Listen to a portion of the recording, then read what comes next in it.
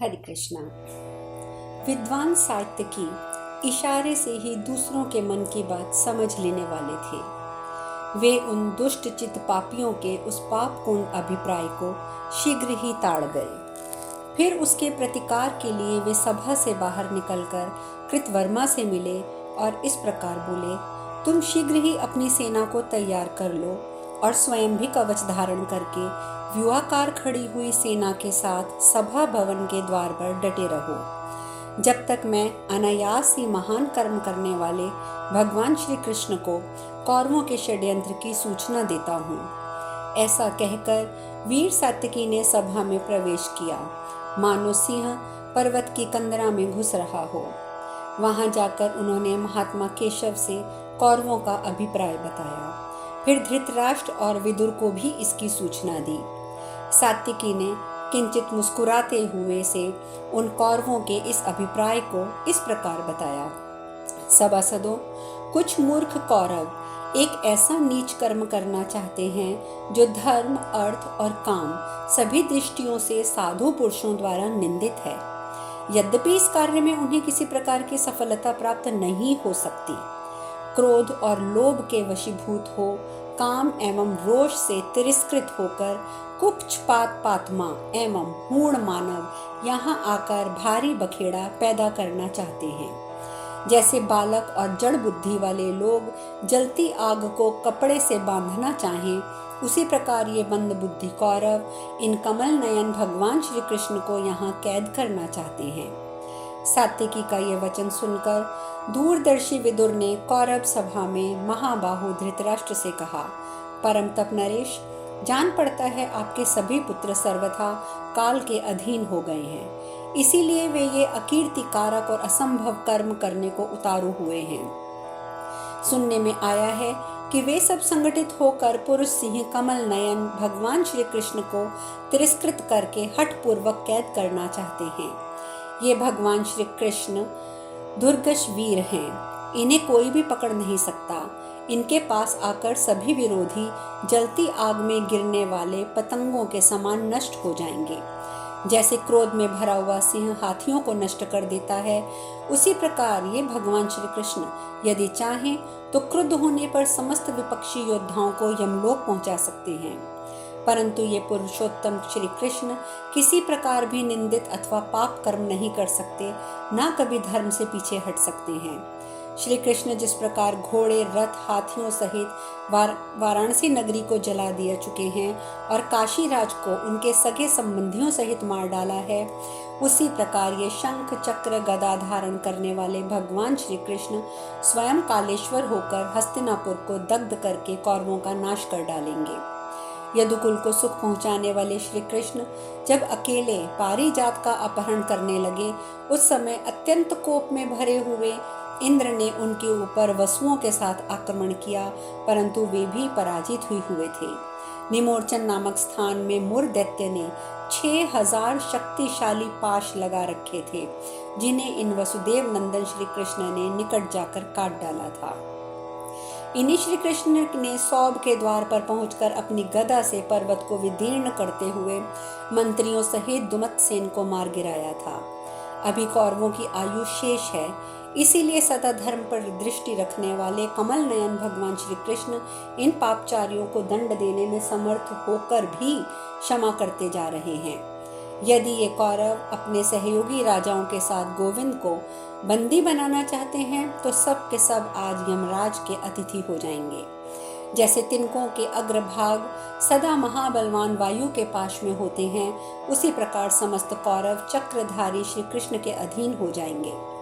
विदुर के ऐसा कहने पर भगवान केशव ने समस्त सुहृदयों के सुनते हुए राजा धृतराष्ट्र की ओर देखकर कहा, राजन, ये दुष्ट गौरव यदि कुपित होकर मुझे बलपूर्वक पकड़ सकते हैं तो आप उन्हें आज्ञा दे दीजिए। फिर देखिए ये मुझे पकड़ पाते हैं या मैं इन्हें बंदी बनाता हूँ। यद्यपि क्रोध में भरे हुए इन समस्त कौरवों को मैं बांध लेने की शक्ति रखता हूँ, तथापि मैं किसी प्रकार भी कोई निंदित कर्म अथवा पाप नहीं कर सकता। आपके पुत्र पांडवों का धन लेने के लिए लुभाए हुए हैं, परंतु इन्हें अपने धन से भी हाथ धोना पड़ेगा। यदि वे ऐसा चाहते हैं तब तो युधिष्ठिर का काम बन गया। भरत, मैं आज ही इन कौरवों और इनके अनुगामियों को कैद करके यदि कुंती पुत्र के हाथ में सौंप दूं तो क्या बुरा होगा। परंतु भारत महाराज, आपके समीप में क्रोध और पाप बुद्धि से होने वाला ये निंदित कर्म कभी आरंभ नहीं करूंगा। नरेश्वर, ये दुर्योधन जैसा चाहता है वैसा ही हो। मैं आपके सभी पुत्रों को इसके लिए आज्ञा देता हूँ। यह सुनकर धृतराष्ट्र ने विदुर से कहा, तुम उन पापात्मा राज्य लोभी दुर्योधन को उसके मित्रों, मंत्रियों, भाइयों तथा अनुगामी सेविकों सहित शीघ्र मेरे पास लेकर आओ। यदि पुनः उन्हें सन्मार्ग पर उतार सकूं तो अच्छा ही होगा। तब विदुर जी राजाओं से घिरे हुए दुर्योधन को उसकी इच्छा न होते हुए भी भाइयों सहित पुनः सभा में लेकर आए। उस समय कर्ण, दुशासन और अन्य राजाओं से भी घिरे हुए दुर्योधन से राजा धृतराष्ट्र ने कहा, नृशंस महापापी, नीच कर्म करने वाले तेरे सहायक सभी एक से हैं। तू उन पापी सहायकों के साथ मिलकर पाप कर्म करना चाहता है। यह ऐसा कर्म है जिसका साधु पुरुषों ने सदैव निंदा ही की है। वह अपयश कारक तो है ही, तू उसे कर भी नहीं सकता, परंतु तेरे जैसा कुलंगार और मूर्ख मनुष्य उसे करने की चेष्टा करता है। सुनता हूँ तू अपने पापी सहायकों के साथ मिलकर इन दुर्घष एवं दुर्जय वीर कमल नयन श्री कृष्ण को कैद करना चाहता है। ओ मूढ़, इंद्र सहित संपूर्ण देवता भी जिन्हें बलपूर्वक अपने वश में नहीं कर सकते, उन्हें को तू बंदी बनाना चाहता है। तेरी ये चेष्टा वैसे ही है जैसे कोई बालक चंद्रमा को पकड़ना चाहता है। देवता, मनुष्य, गंधर्व, असुर और नाग भी संग्राम भूमि में जिनका वेग नहीं सह सकते, उन भगवान श्री कृष्ण को तो तू जानता ही नहीं है। जैसे वायु को हाथ में पकड़ना दुष्कर है, चंद्रमा को हाथ से छूना कठिन है, पृथ्वी को सिर पर धारण करना असंभव है, उसी प्रकार भगवान श्री कृष्ण को बलपूर्वक पकड़ना दुष्कर है। धृतराष्ट्र के ऐसा कहने पर विदुर ने भी अमर्ष से भरे हुए धृतराष्ट्र पुत्र दुर्योधन के पास जाकर उसे कहा, दुर्योधन, इस समय मेरी बात पर ध्यान दो। सौभ द्वार में द्विविद नाम के एक प्रसिद्ध वानरों का राजा था, जिसने एक दिन पत्थरों की भारी वर्षा करके भगवान श्री कृष्ण को आच्छादित कर दिया। वह पराक्रम करके सभी उपायों से श्री कृष्ण को पकड़ना चाहता था, परंतु इन्हें कभी ना पकड़ सका। तभी श्री कृष्ण को तुम बलपूर्वक अपने वश में करना चाहते हो।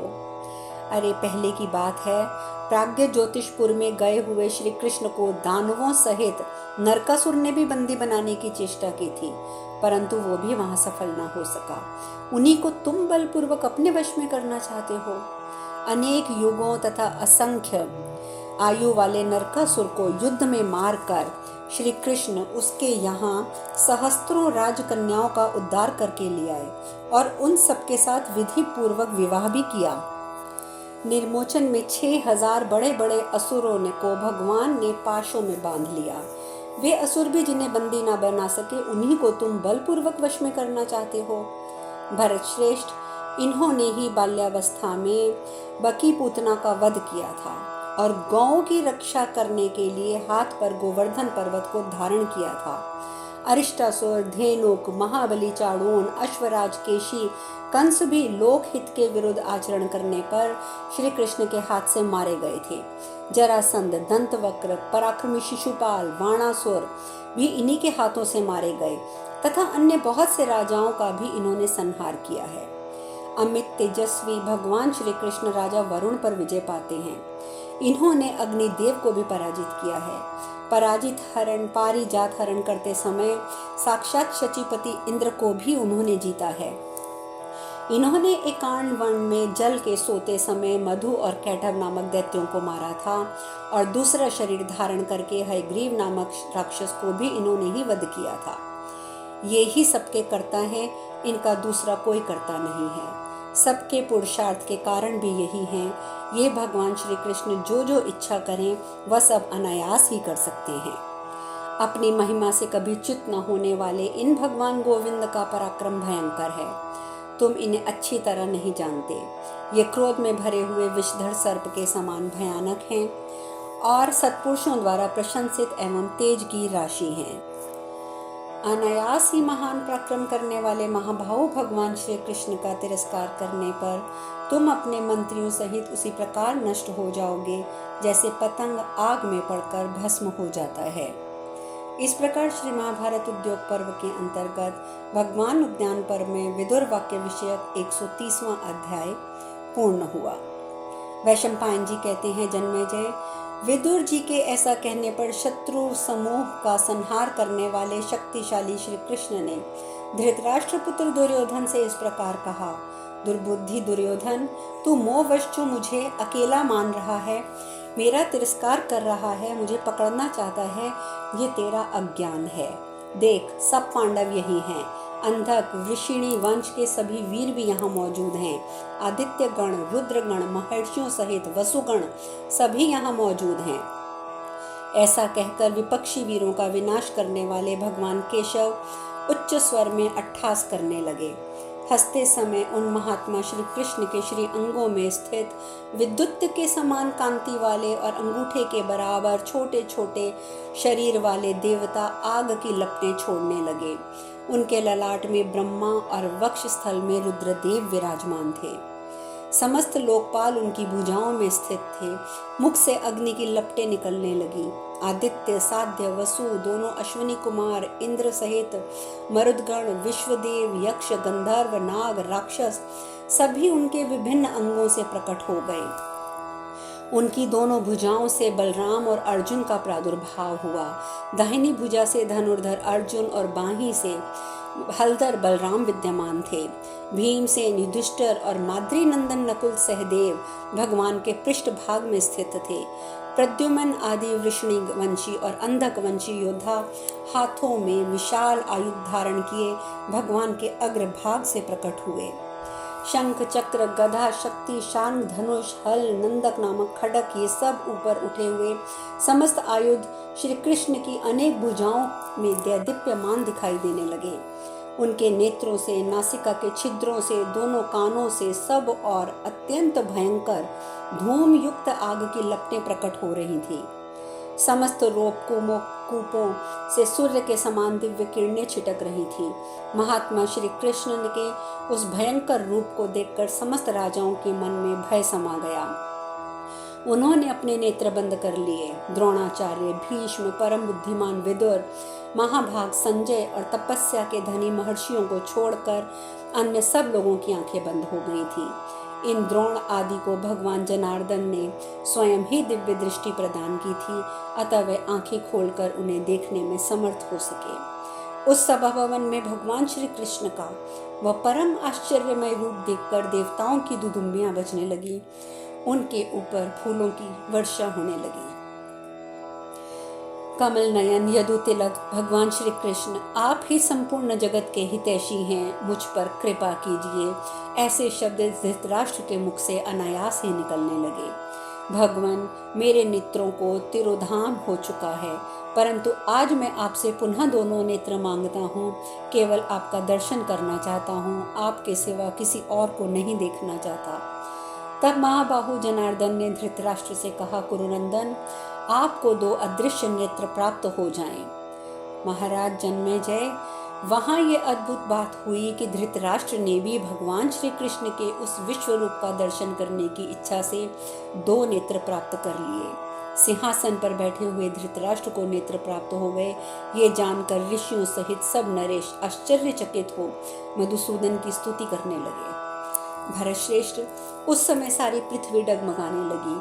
समुद्र में खलबली पड़ गई और समस्त भूपाल अत्यंत विस्मित हो गए। तदंतर शत्रुओं का दमन करने वाले पुरुष से ही श्री कृष्ण ने अपने उस स्वरूप को दिव्य, अद्भुत एवं विचित्र ऐश्वर्य में समेट लिया।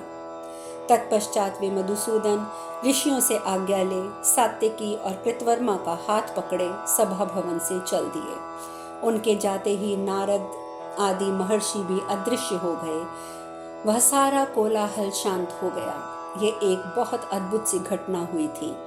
पुरुष श्री कृष्ण को जाते देख राजाओं सहित समस्त कौरव भी उनके पीछे पीछे गए, मानो देवता देवराज इंद्र का अनुसरण कर रहे हों।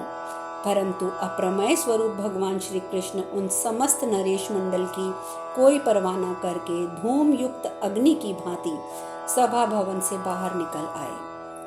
बाहर आते ही शैव्य और सुग्रीव नामक घोड़ों से जुते हुए परम उज्जवल एवं विशाल रथ के साथ सारथी दारुक दिखाई दिया। उस रथ में बहुत सी क्षुद्र घंटियां शोभा पाती थीं। सोने की जालियों से उसकी विचित्र छटा दिखाई देती थी। वह शीघ्रगामी रथ चलते समय मेघ के समान गंभीर रव प्रकट करता था। उसके भीतर सब आवश्यक सामग्रियां सुंदर ढंग से सजाकर रखी गई थी।